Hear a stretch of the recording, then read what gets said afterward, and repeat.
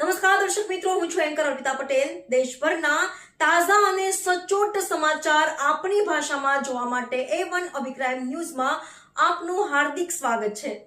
હવે જોઈએ મુખ્ય સમાચાર. અંજાર પૂર્વ કચ્છ એલસીબીનો સપાટો, લાખોનો વિદેશી દારૂ જપ્ત. પૂર્વ કચ્છ જિલ્લામાં દારૂબંધીના કડક અમલ માટે લોકલ ક્રાઇમ બ્રાન્ચ દ્વારા મહત્વપૂર્ણ કાર્યવાહી હાથ ધરવામાં આવી છે. અંજાર પોલીસ સ્ટેશન વિસ્તારમાં કરવામાં આવેલી આ રેડ દરમિયાન લાખો રૂપિયાનું વિદેશી દારૂ જપ્ત કરવામાં આવ્યો છે.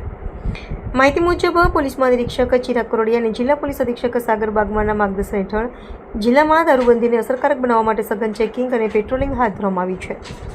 આ અંતર્ગત પોલીસ ઇન્સ્પેક્ટર જેમ વાળા અને પીએસઆઈ ડીજી પટેલના નેતૃત્વ હેઠળ એલસીબી ટીમ પેટ્રોલિંગમાં હતી ત્યારે મળેલી ચોક્કસ બાતમીના આધારે વર્ષામેડી સીમ વિસ્તારમાં આરટીઓ ઓફિસ નજીક આવેલા એક વાડામાં રેડ કરવામાં આવી હતી.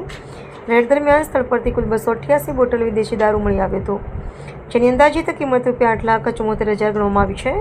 પોલીસે સમગ્ર મુદ્દામાલ જપ્ત કરી લીધો છે. હાલ રેડ દરમિયાન આરોપીઓ સ્થળ પરથી ફરાર થઈ જતા તેમની શોધખોળ શરૂ કરવામાં આવી છે. આ સમગ્ર મામલે કાયદેસરની કાર્યવાહી હાથ ધરી આગળની તપાસ માટે અંજાર પોલીસ સ્ટેશનને સોંપવામાં આવી છે. રિપોર્ટર ભરત ઠાકોર, કચ્છ.